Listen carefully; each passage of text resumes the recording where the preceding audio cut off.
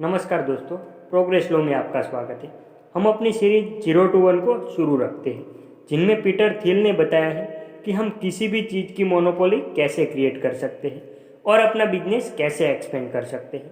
आज हम बात करने वाले हैं द आइडियोलॉजी ऑफ कंपटीशन और लास्ट मोर एडवांटेज के बारे में। तो चलिए शुरू करते हैं। एक मोनोपोली में नए प्रोडक्ट बनते हैं तो उसके ओनर को लगातार प्रॉफिट कमा कर देते हैं, जबकि कंपटीशन में प्रॉफिट बहुत ही कम होता है, जहां पर कंपनी के ओनर को अपना बिजनेस सस्टेन करने के लिए भी स्ट्रगल करना पड़ता है।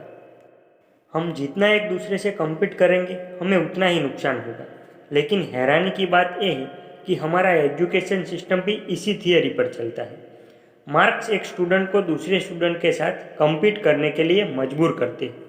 हम हर स्टूडेंट को सेम चीज़ पढ़ाते हैं। जो स्टूडेंट इस कन्वेंशनल सिस्टम में आगे बढ़ जाते हैं, हम उसे सोसाइटी में रिस्पेक्ट देते हैं। लेकिन यही स्टूडेंट फिर से अपने करियर में एक दूसरे के साथ कम्पीट करने लग जाते हैं और बहुत ही कम लोग अपनी लाइफ में कुछ मीनिंगफुल कर पाते हैं। पीटर बताते हैं कि उन्होंने अपने करियर की शुरुआत कुछ इसी तरीके से की थी। वो पढ़ने में बहुत तेज थे, इतने तेज कि 8th ग्रेड में ही उनके दोस्त ने उन्हें बोल दिया था कि 4 साल के बाद तेरी एडमिशन स्टैनफोर्ड में हो जाएगी। और ऐसा ही हुआ।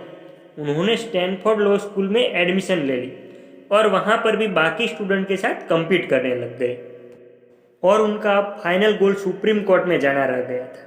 वो इस लास्ट कंपटीशन में रह गए। लेकिन पीटर बोलते हैं कि अगर मैं वो लास्ट बैटल जीत जाता तो आज मैं और लोगों के लिए उनकी बिजनेस डील बना रहा होता। लेकिन जब उन्होंने अपनी कंपनी पेपल स्टार्ट की तो वो लोगों के साथ कंपटीशन नहीं करना चाहते थे, बल्कि कुछ डिफरेंट करना चाहते थे। 0 to 1 जाना चाहते थे।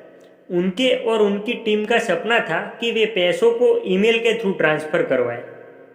1999 में पैसे एक जगह से दूसरी जगह ट्रांसफ़र करना एक बहुत बड़ी प्रॉब्लम थी और वो सब इसको सॉल्व करना चाहते थे। और उन्होंने इसी मेंटालिटी की वजह से $1.5 बिलियन की कंपनी बना दी।